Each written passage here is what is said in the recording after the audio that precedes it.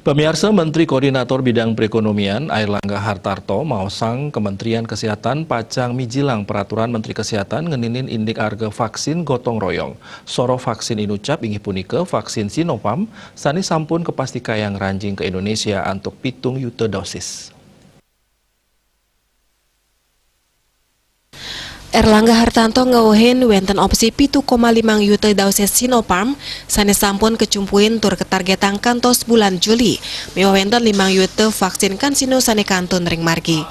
Indonesia kuningin sampun nerima dasepan pengiriman vaksin COVID-19 ngepunike vaksin merek Sinovac, Sinopharm miwa AstraZeneca antuk vaksin jadi utawi bahan baku sane ketumbas langsung utawi melarapan jalur multilateral The Global Alliance for Vaccine and Immunization.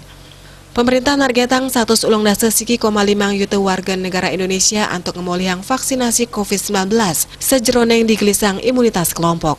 Dadosnya ini kewentenan vaksin sanerau saking jalur multilateral miwa jalur bilateral sane sampun keterima Indonesia kantos mangkin inggih punika 6,7 juta sama 6,5 tali tlongatak dosis.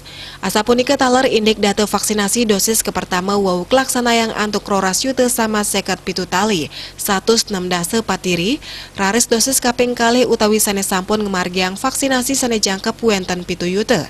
Tlongatak 7 kutus tali samas ulung dasa 5 tiri. Bali Pos Nguningayang.